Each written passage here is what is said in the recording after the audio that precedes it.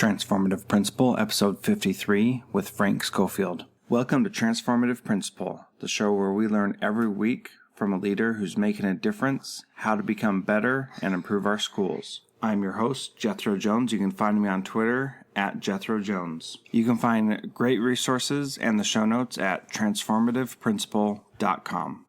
This week I have some exciting news to announce. I'm launching a new product on my website. One thing that I've learned from these interviews is that open, honest communication is absolutely vital to being a successful principal.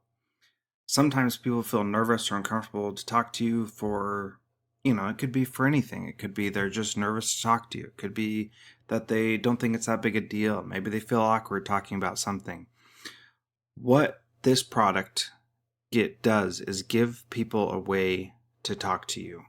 They're called communication cards, and what they do is they allow a teacher or someone else to come to you and say, here's my issue, and they let you know how you should respond to that. Now, this is really quite cool because usually we don't talk about why we're talking right now, and we just kind of go in and start doing something. So somebody could come in and their desire could be really to just vent to you about what is going on and not expect a solution. Other people may come in and say, this is a big problem and we need a solution without actually saying those words. So what the communication cards allow you to do is to provide that framework for people to come to you and say, this is what the issue is. Maybe it is that I do need to vent. Maybe it is that I want to brag about something. Maybe I need help solving a problem. For example, the It's All About the Money card lets you know that someone thinks that money in a situation wasn't resolved correctly.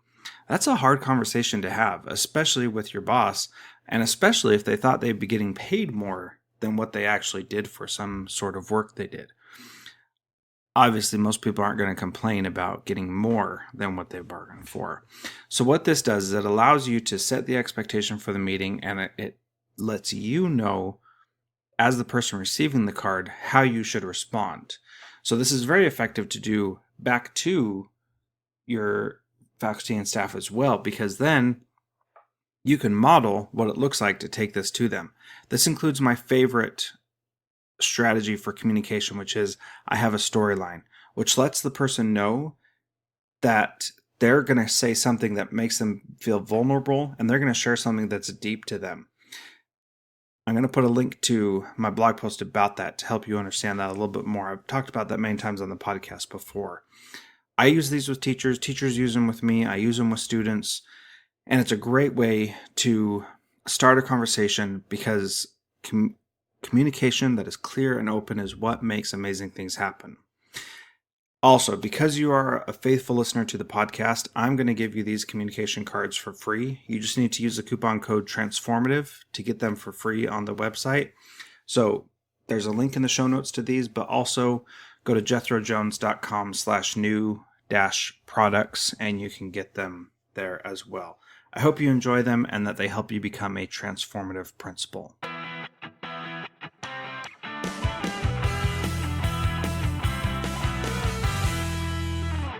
My name is Frank Schofield. I'm the principal at Midvale Middle School. We're in Midvale, Utah, just about 30 minutes south of Salt Lake City. We're an ethnically and socioeconomically diverse school of 6th through 8th graders. Awesome. And you've been the principal there for 2 years now, is that right? Yeah, this is my second year here. Great. Before that, I was an elementary principal for 7 years, and before that, I taught high school. Awesome.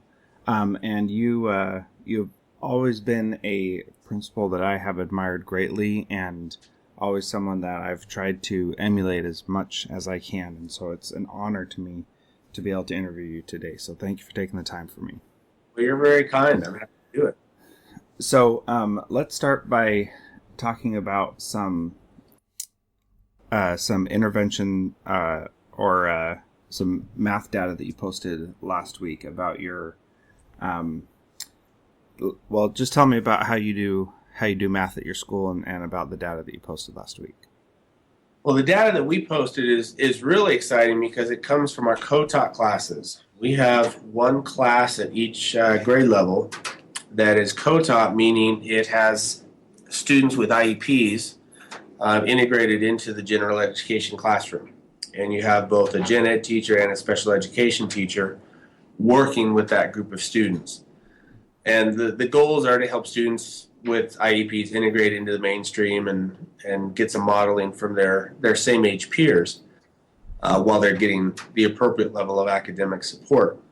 Now, generally, you try to set that up so you've got about 1/3 of students on IEP and 2/3 of gen ed students.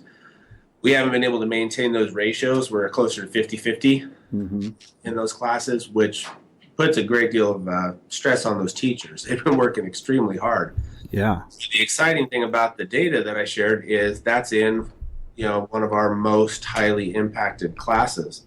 So in our 7th grade class, at the start of the year, they had 40% of their students performing in the significantly below grade level range on the MComps, so math computation assessment. This most recent test that they give, that 40% had dropped down to 8.6%. So it was a huge decrease in students performing below grade level, which was nice to see. So that's been fun to see. Our 8th grade class, which is the same setup, just with our 8th graders, went from 50% in the red on their first assessment to 25% in their second. So even in that class, we saw a tremendous amount of growth. And the exciting thing, as I talked to the math department, is they're seeing that same growth in their other core level classes. So where at first you might say, well, they're seeing that growth because you got 2 teachers in the room, they're working together. That does help, but they're seeing that the plan that they're following with setting some clear curricular goals, some clear achievement goals, and a consistent team-developed plan for how to reach those goals is benefiting all the students, not just the ones in that co-taught class. So that's been really cool to see. So would you say that the success is because of the co-taught nature of the class, or the curriculum that you're teaching, or is it the actual goals that they're setting? Tell me more about the goals also. I think it ties into the curriculum and the goals. The structure in the co-taught classes, as I already told you, is not the ideal structure right now. That's just been a reality of where our numbers have ended up. So we've had to make some adjustments there and back off the co-teaching model in a couple of classes, just because it was overwhelming the teachers and wasn't working right for the kids.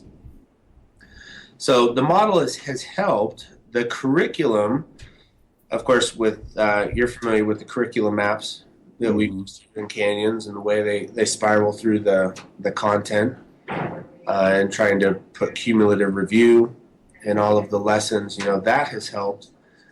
But, where the rubber really meets the road is the teachers being able to use data consistently to see where their students are, what level they're at, and then saying, okay, what am I going to do now to keep building on this? Where do we need to go next? What do we need to revisit?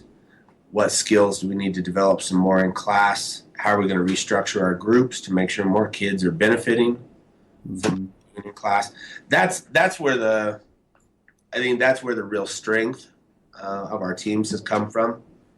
And I think that's one of the biggest reasons why we're seeing those results. So is there a curriculum that you're using, or are you just following the curriculum maps that the district has created?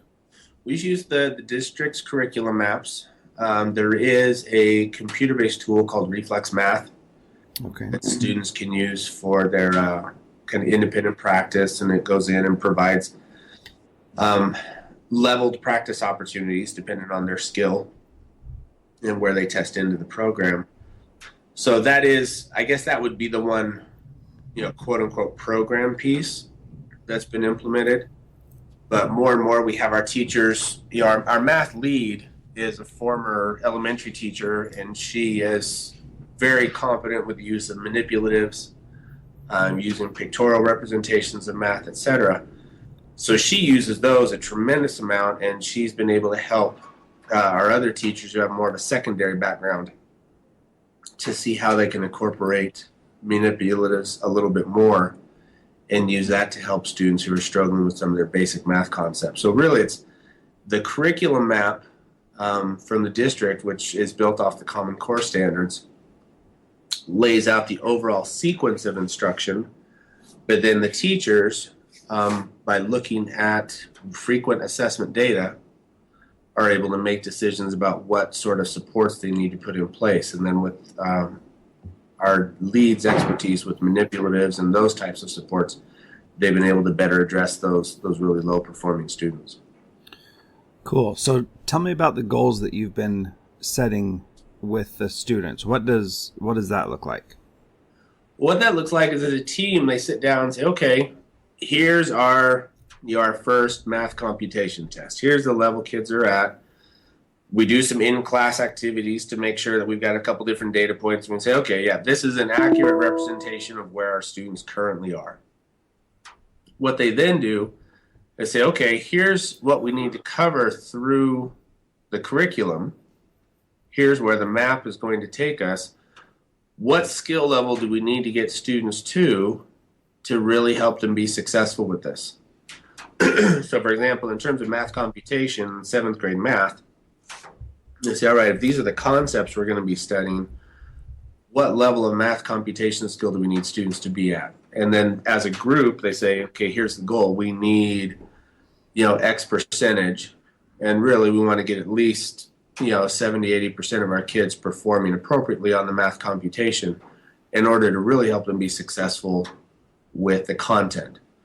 So that's the goal they set, and they say, where are we right now? So, for example, if we started the year in our 7th grade COTAP class at 36% in the green, performing on level, we've got to get that up to 80. So what are we going to do to promote that growth?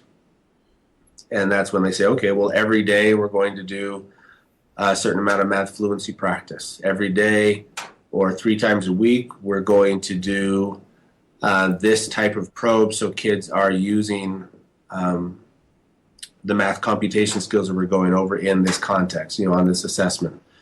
We're going to use manipulatives for these lessons to try to strengthen the conceptual understanding. So really it's looking at where are our students right now, where do we want them to be at the end of the year, what is the progress that we need to start making with these foundational skills to get to that point.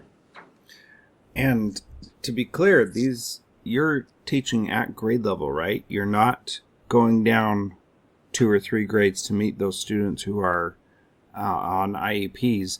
You're teaching them at their current grade level. Is that correct? Yeah, it's grade level curriculum. So the kids in the 7th grade class are getting 7th grade math, but they are getting the some differentiation. So if they're deficient in their math computation skills, for example, they're getting support on those skills. But the curriculum they're being taught is the grade level curriculum. Okay. And then when you're talking about the setting of the goals, you mentioned setting a goal of what percentage needs to be in the green on MComp by the end of the year. Are those the goals you're setting with the students so that they know where they're at and what they need to do to achieve that goal as well? I haven't been doing that as much with the individuals. What the teams will do, and this is one of the areas where we can definitely make some improvements. We've been talking about how do we share this more frequently with students so they're aware of the progress that they're making. I don't think as a school we do that enough. We've been talking just this morning, in fact, with my administration team about how we get our data more public for our students and parents as they come into the school. The teachers will have individual conversations with kids. The depth of that conversation will kind of depend on the student and where they are in the process. But that's one of the areas where I don't think we've done it to the level that we could in terms of setting goals individually with the students as opposed to teachers setting kind of whole class goals for the students, if that makes sense. Yeah, that does make sense. So your teachers are making these goals. Are they making them in a data review meeting with you, or are they doing it in their own team meetings? How does that work? they're doing this in their own team meetings. Our math department is able to, well, we do cross-curricular teams that meet every week. And then on Friday mornings, we give the math teachers at each grade level about an hour to collaborate. So our two 8th grade math teachers will collaborate together, our two 7th grade math teachers, two 6th grade math teachers. And then once a month, we try to get them together as a whole department so they can focus on their goals together. But the majority of the time is spent with their grade level counterpart, talking about how they support kids with their curriculum, their grade level work, and with the specific needs that their data is showing up with. So this is where we're trying to strengthen. This is another area where we're working to improve is our use of common formative assessments, our CFAs. We're giving them. I'm not sure that we're using them to the degree that we could yet to really dig down on a frequent basis and look at student progress on the grade level curriculum. So that's an area we've been talking about and we're working on it, but that's definitely one of our areas where we have some goals for improvement. Gotcha. So for these kids in these math classes, is this the only math they take, or do they have more intervention than what they're getting in that classroom? For most of the students, this is it. We do have a math lab. We have 6 sections of that over the course of the day. That is tailored. That's tailored to students who are on the bubble. Mm-hmm. So they're just barely at proficiency, or they're just barely under proficiency.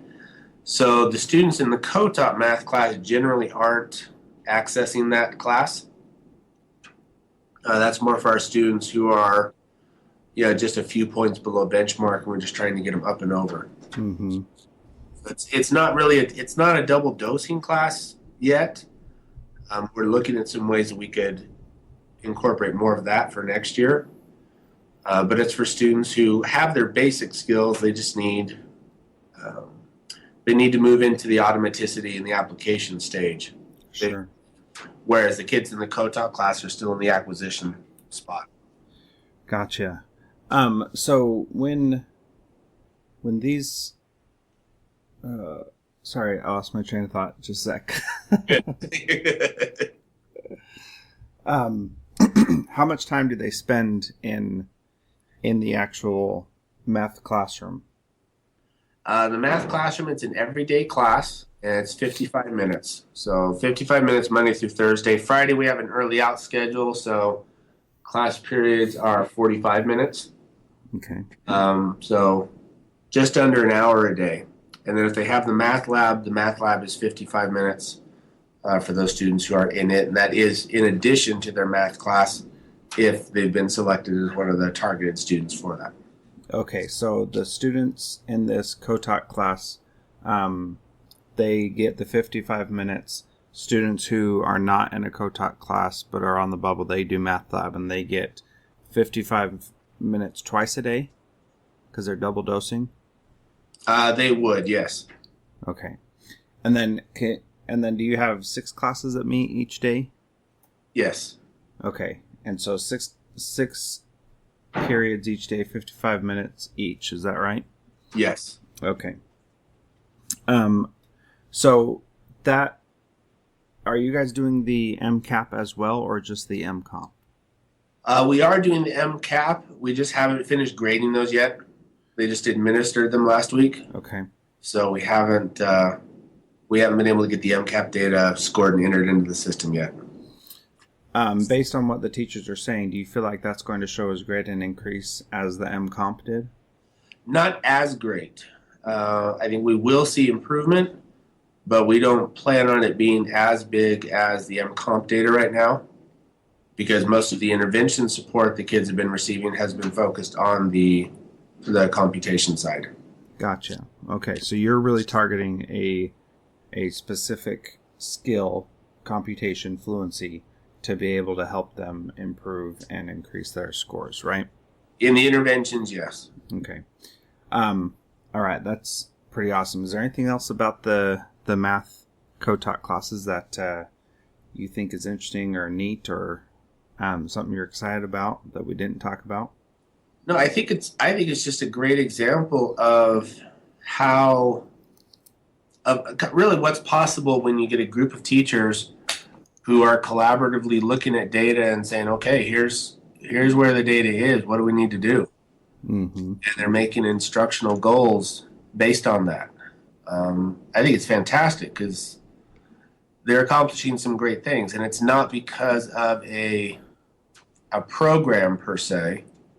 It's due to basic principles of good instruction. You teach, assess, evaluate, you teach, and do more. And when they do that, they're doing an awesome job. Yeah, I totally hear you on that. How valuable do you see the goal setting process in that? Oh, it's huge. It's huge when the teams are able to make goals and then they create a plan together. There's a there's immediately a built-in element of shared accountability. Mm-hmm. If those goals are set by just the administration or those goals are just set by the department head, then you spend a lot of time trying to sell people on it. But when they, as a team, are able to say, okay, here's what we think needs to happen. If we're going to get kids to this at level X, where they can be successful, then here's what we have to do. Here's what to accomplish.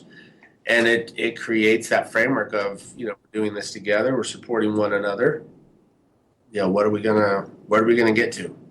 How are we gonna do this? And I think that's powerful. So I don't think you can overstate the value of the team goal setting and identifying both the goal, how are you going to reach that goal, how are you going to measure your progress towards that goal. You put all of that together and you've got a recipe for success. Mm-hmm. And how do you teach that to your teachers? I think it starts with your team leads and helping them understand the value of team goal setting. I think you have to model it through how you use teams to develop your school goals.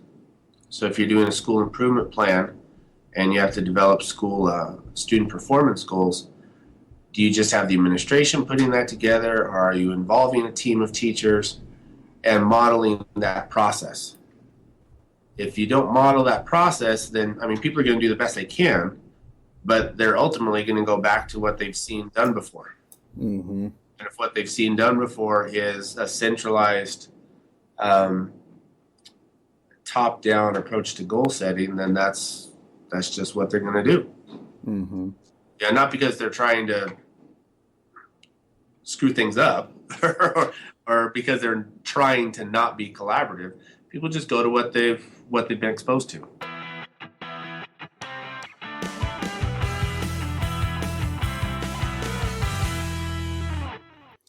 Thank you so much for downloading and listening to this podcast. Please subscribe in iTunes or Stitcher, and please feel free to give us a rating on Stitcher Radio or on iTunes so that we can help spread the word about how much we're learning in this podcast. Thank you so much for listening. You can find me on Twitter at Jethro Jones.